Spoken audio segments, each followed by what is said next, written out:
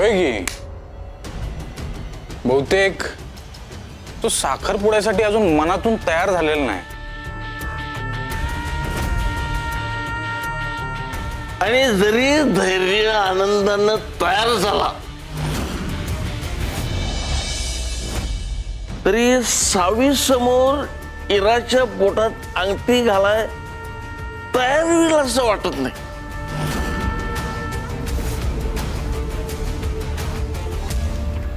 बाबा धैर्य तयार आहेत. ते जर तयार नसते तर त्यांनी तसं सांगितलं असतं ना. माझे धैर्य येते बाबा आणि ते कोणाला घाबरत नाही. म्हणून तुम्ही सगळे वाटेल ते बोलू नका. हा बाबा बाबा मी सांगते ना तुम्हाला, धैर्य आनंदाने लग्न करतील माझ्याशी. अगं इरा तसं झालं तर उत्तमच आहे. अगं आमची सगळ्यांची तशीच इच्छा आहे.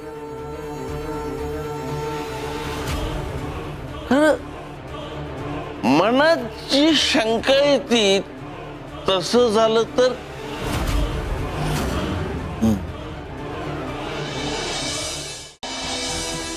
तसं काहीच होणार नाही. ठरल्याप्रमाणे उद्या इरा आणि धैर्याचा साखरपुडा नक्की होणार. धैर्य माझ्या शब्दाबाहेर नाही.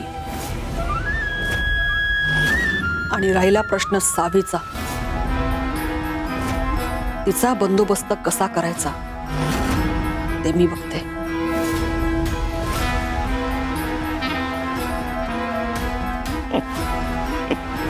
त्याची काळजी तुम्हाला करायची गरज नाही.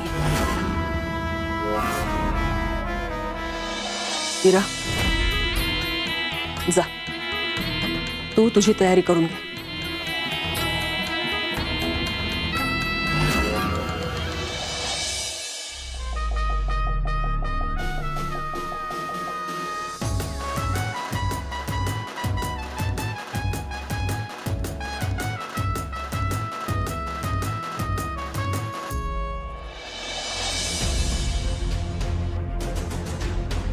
धैर्य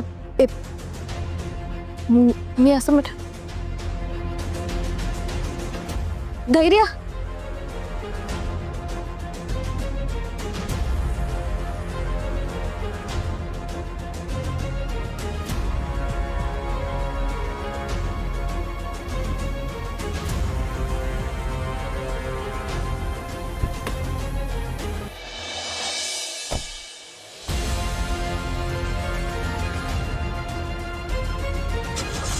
धैर्य धैर्य धैर्य ऐका तर.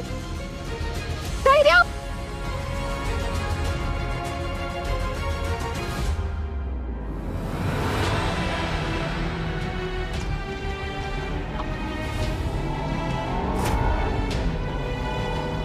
काय होतंय हे माझ्यासोबत? एक गोष्ट मला पाहिजे तशी घडत नाही. सगळंच उलट घडतंय. मामाचं काय चाललंय हे शोधून काढायलाच पाहिजे आधी. पण आईला कसं समजावून सांगायचं आणि सावी तिला कसं सामोरं जायचं?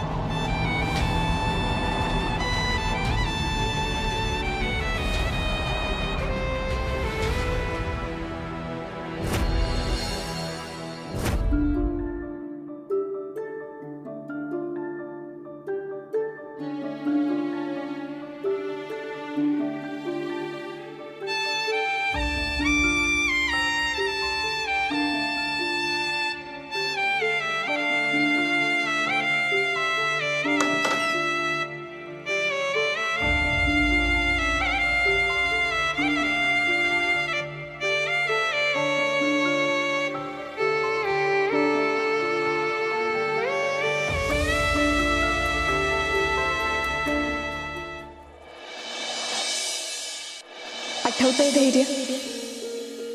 हा एक दिवस होता ज्या दिवशी आपण दोघांनी एकमेकांचं तोंड सुद्धा बघायचं नाही असं ठरवलं.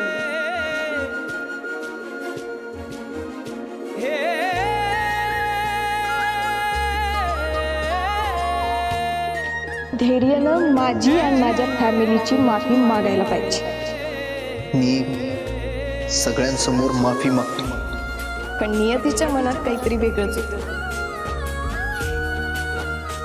भांडणांपासून सुरू झालेलं आपलं नातं कधी प्रेमात बदललं आपल्या दोघांनाही कळलं नाही.